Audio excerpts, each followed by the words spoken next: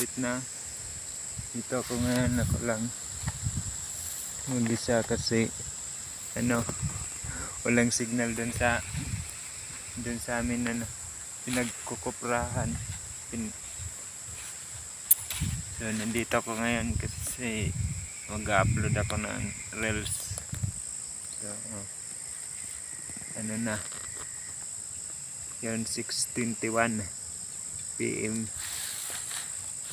So pumunta lang ako dito para makapag-upload.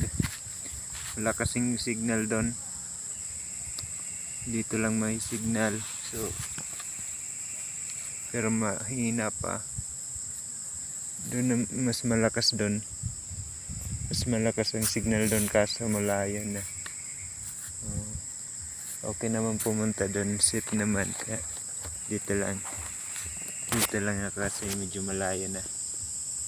So yun, hanggang dito na lang.